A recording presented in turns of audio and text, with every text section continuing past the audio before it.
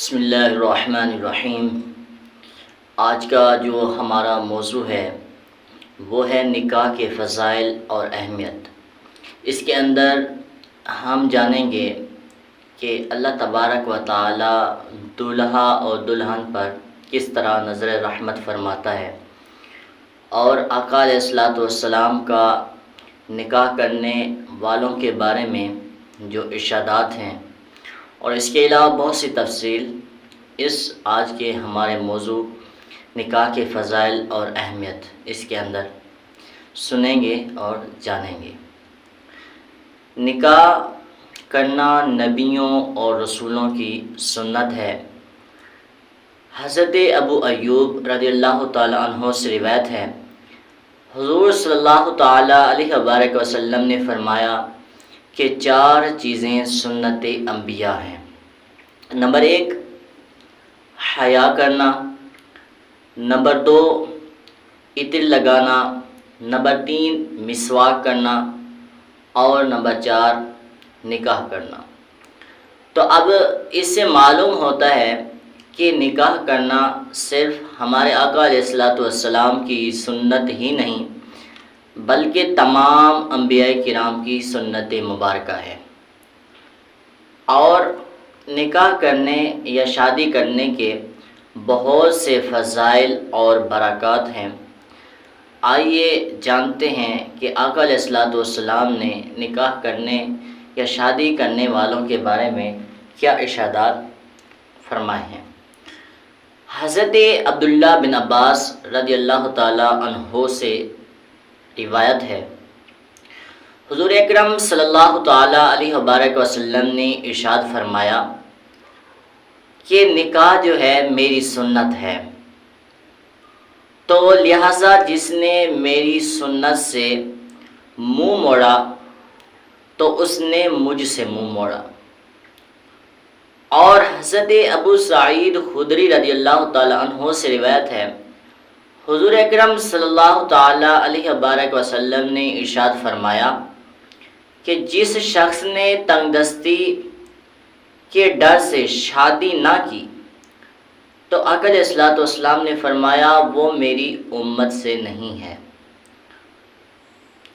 حضرت ابو ہریرہ رضی اللہ تعالیٰ عنہ سے روایت ہے کہ آقا علیہ الصلوۃ والسلام نے ارشاد فرمایا کہ جس نے میری امت کے بگڑتے وقت میری سنت کو مضبوطی سے تھامے رکھا، یعنی اس پر عمل کیا، تو اس کے لیے 100 شہیدوں کا ثواب ملے گا۔ اور حضرت حسن بن علی رضی اللہ تعالیٰ عنہ سے روایت ہے کہ حضور صلی اللہ تعالیٰ علیہ وبارک وسلم نے ارشاد فرمایا کہ میرے خلفاء پر اللہ کی رحمت ہے۔ تو صحابہ کرام نے عرض کی، یا رسول اللہ صلی اللہ تعالیٰ علیہ وبارک وسلم آپ کے خلفاء کون ہیں؟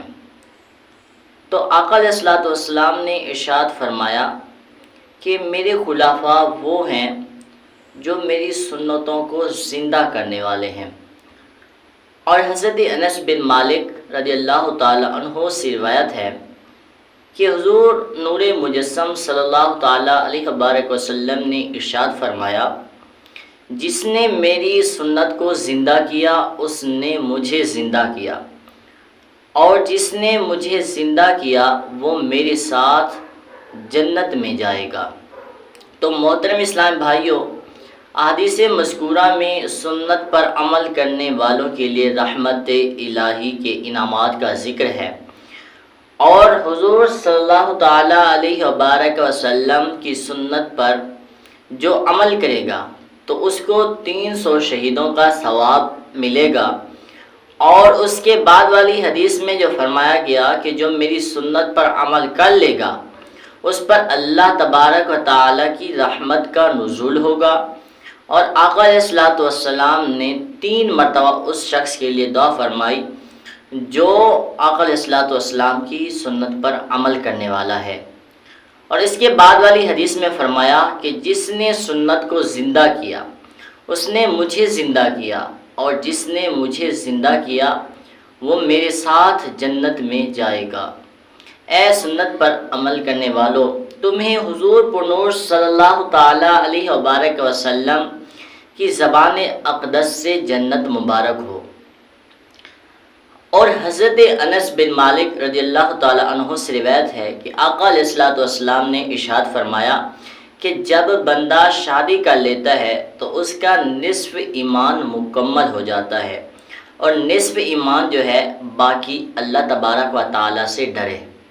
تو اب اس حدیث مبارکہ سے معلوم ہوتا ہے کہ نکاح کرنے سے بندے کا آدھا ایمان محفوظ ہو جاتا ہے۔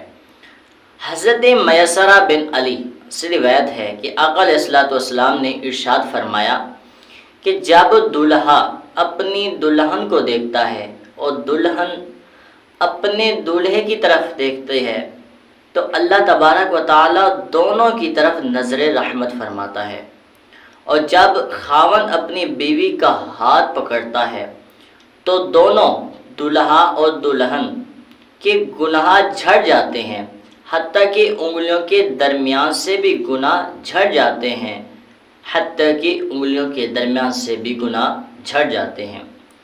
نکاح کرنے کی، شادی کرنے کی کتنی برکت ہے کہ اللہ تبارک و تعالی دلہا دلہن دونوں کی طرف نظر رحمت فرماتا ہے، اور اس کے علاوہ ان کے گناہ جھڑ جاتے ہیں۔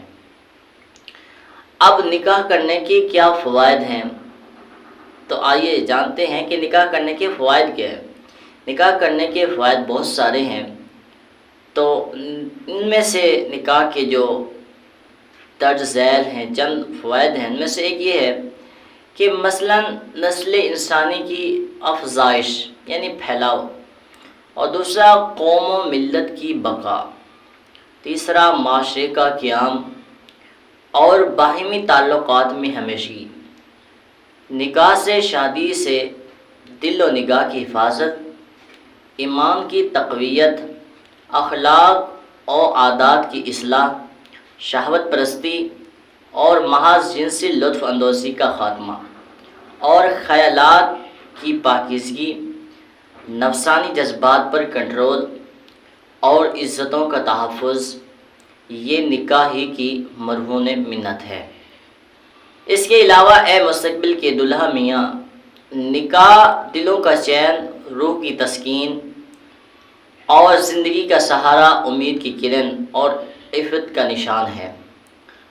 اس کے ساتھ لوگوں میں پیدا ہونے والی برائیوں کا خاتمہ آسانی سے کیا جا سکتا ہے، اور اس کے علاوہ نکاح سے زنا کاری، بدکاری جیسی لعنت جو دین و دنیا کی بربادی کا سبب ہے ختم ہو سکتی ہے۔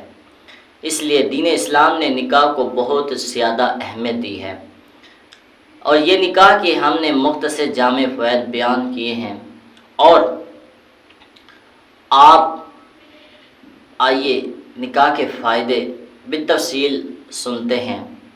حضرت انس رضی اللہ تعالی عنہ سے روایت ہے کہ آقا علیہ الصلوۃ والسلام نے ارشاد فرمایا، جو مرد چاہتا ہے کہ میں اللہ تبارک و تعالی سے پاک اور صاف ہو کر ملوں تو اس کو چاہیے کہ آزاد عورتوں سے نکاح کرے۔ اور حضرت عبداللہ بن مسعود فرمایا کرتے تھے کہ اگر میری عمر میں صرف 10 دن بھی باقی رہ گئی ہوں تو میں پسند کروں گا کہ میں شادی کر لوں، تاکہ میں اللہ پاک کے دربار میں، اللہ پاک کی بارگاہ میں غیر شدہ شادی نہ ہو جاؤں۔ یہ تھا حضرت عبداللہ بن مسعود کا جذبہ اطاعت رسول صلی اللہ تعالی علیہ وبارک وسلم۔ اور ایک حکایت کے اندر ملتا ہے، ایک عابد یعنی عبادت گزار شخص شادی شدہ تھا، اور وہ اپنی بیوی کے ساتھ بہت اچھا سلوک کیا کرتا تھا۔ اس کی بیوی فوت ہو گئی تو اس کے رشتہ داروں نے اس عابد کو شادی کرنے کا مشورہ دیا، لیکن اس نے یہ کہہ کر انکار کر دیا کہ تنہائی ہی بہت اچھی ہے، دل پر سکون رہتا ہے۔ پھر کچھ دنوں کے بعد اس عابد نے خواب میں دیکھا اور بیان کیا کہ آسمان کے دروازے کھلے ہیں اور کچھ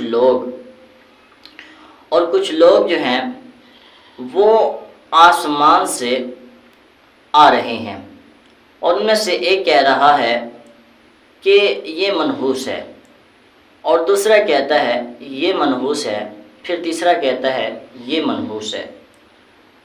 تو صاحب خواب یعنی عابد شخص نے کہا کہ کون منحوس ہے؟ تو انہوں نے کہا جناب آپ منحوس ہے۔ تو جب اس عابد شخص کی آنکھ کھلی تو کہنے لگا کہ میری شادی کرو، میری شادی کرو۔ معلوم ہوا کہ شادی شدہ کے اعمال بھی برکت شادی کی وجہ سے ہوتی ہے۔ یقیناً اعمال میں برکت جو ہے وہ نکاح کی وجہ سے بھی ہوتی ہے، کہ ایک حدیث پاک کا مفہوم ہے کہ شادی شدہ کی 2 رکعت غیر شادی شدہ سے 70 رکعت بہتر ہے۔ اور اس حدیث سے ہمیں یہ بھی معلوم ہوتا ہے کہ نکاح کرنے والے کی شادی شدہ کی 2 رکعتیں، تو اب شادی شدہ کی جو 2 رکعتیں ہیں وہ غیر شادی شدہ سے عمدہ ہے، بہتر ہیں۔ اور حضرت بشر حافی نے فرمایا حضرت امام احمد بن حنبل مجھ پر 3 وجہ سے درجے میں بلند ہیں۔ ایک یہ کہ وہ طالب ہیں حلال چیز کے، اور دوسرا اور وہ یہ ہے کہ وہ انصاف کرتے ہیں، اور تیسرا جو ہے ان کی شادی ہے، مگر میں نے شادی نہیں کی، تو تیسری میرے اندر نہیں پائی گئی، تو آپ اس لیے امام منتخب ہو گئے۔ اور حضرت بشر حافی کو کسی نے خواب میں بعد وصال دیکھا اور پوچھا آپ کو کیا مقام عطا فرمایا گیا؟ مجھے 70 بڑے بڑے مرتبے عطا کیے گئے، لیکن میں شادی شدہ اولیاء کرام کے درجے کو نہیں پہنچ سکا۔ اور حضرت بشر حافی بعد وصال فرمایا کہ میرے رب نے مجھ سے فرمایا اے بشر حافی، مجھے یہ پسند نہیں کہ تو میرے دربار میں بغیر شادی کے آئے۔ تو پیارے اسلام بھائیوں، قابل غور بات ہے، ہم مسلمان ہیں اور ہمیں مسلمان ہونے کے ناطے چاہیے کہ جب بھی کوئی کام کرنے لگیں تو اس میں اچھی اچھی نیتیں کر لیں، کیونکہ جیسی نیت ہوگی ویسا اجر ملے گا۔ اور ایک مسلمان ہونے کی وجہ سے ہمیں چاہیے کہ سنت مصطفیٰ صلی اللہ تعالیٰ علیہ وبارک وسلم کی نیت سے شادی کریں، کیونکہ مذکورہ بالا جتنے نکاح کے فضائل فوائد بیان ہوئے ہیں یہ سب سنت مبارکہ ہی کی برکت ہے، ورنہ شادی تو سارے ہی کرتے ہیں، ہندو بھی کرتے ہیں، سکھ بھی کرتے ہیں، یہودی بھی کرتے ہیں، عیسائی بھی کرتے ہیں، لیکن ایک مسلمان کا شادی کا انداز ان تمام سے ڈیفرنٹ ہونا چاہیے، مختلف ہونا چاہیے۔ حضرت سہال بن سعد روایت فرماتے ہیں آقا علیہ الصلوۃ والسلام نے ارشاد فرمایا کہ مسلمان کی نیت اس کے عمل سے بہتر ہے، انما الاعمال بالنیات۔ تو آئیے نیتیں کر لیتے ہیں کہ بغیر اچھی نیت کے خیر ثواب نہیں ملتا۔